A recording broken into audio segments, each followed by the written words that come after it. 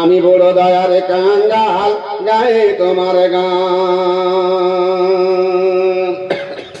উপস্থিত এই মঞ্চের অত্যন্ত যোগ্যতা সম্পন্ন আমার সভাপতি সাহেব, অধ্যুষিত মুসলিম এলাকা থেকে ছুটে আসা মাদ্রাসা দরদি, আমার বাপজান ভাই বন্ধু, অন্তর আলের আবুল সাল্লাম খালা, আল্লাহ পাকের লাখ লাখ প্রশংসা যে মহান আল্লাহ পাকের কৃপায় আজকে আমরা একটা জালসায় ঠান্ডা রাত্রিকে উপেক্ষা করে শত ব্যস্ততাকে বিসর্জন দিয়ে হাদিস কোরআনের অডিও বাণী শোনার জন্য বসে আছি। আল্লাহর রহমত বর্ষণ হচ্ছে।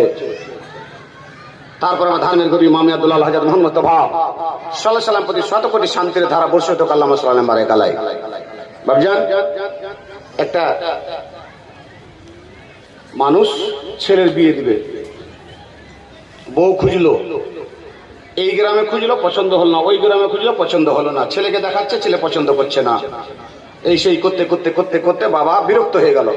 আর বাবা বিরক্ত হয়ে যাওয়ার পরে ছেলেকে বলছে যে বিয়ে তোর পছন্দের তুই কর, কারণ তুই হচ্ছিস তোর মালিক, আমি হচ্ছি আমার মেয়ের মালিক।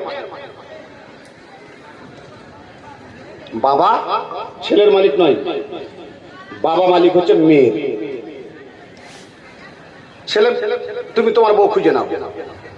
যখন ছেলে বড় হয়ে গেল, ওর প্রতি শরীয়তের সমস্ত কিছু ফরজ হয়ে গেছে, তখন বাবার মালিকানা শেষ।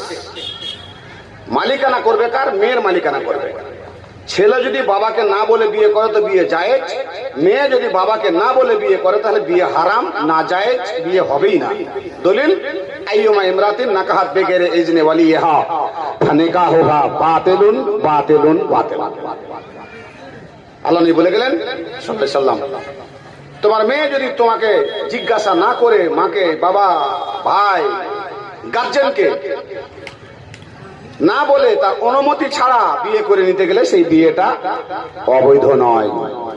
সন্তান হতে গেলে সেই সন্তানটা জারজ সন্তানে গণ্য হবে। যা বাবা তুই তোর বউ দেখে নে। গ্রামের বাইরে গিয়ে কিছু দূর যাওয়ার পর এক মন্ডলের বাড়িতে উঠলো। মন্ডল বলছে যে কি বাবা তোমার বাড়ি কোথায়? বলছে আমি একটু খাটাখুটা করার জন্য এসেছি। তো ছাগল চড়াতে পারো? বলছে পারি। বেতন কত নিবে? এত নিব।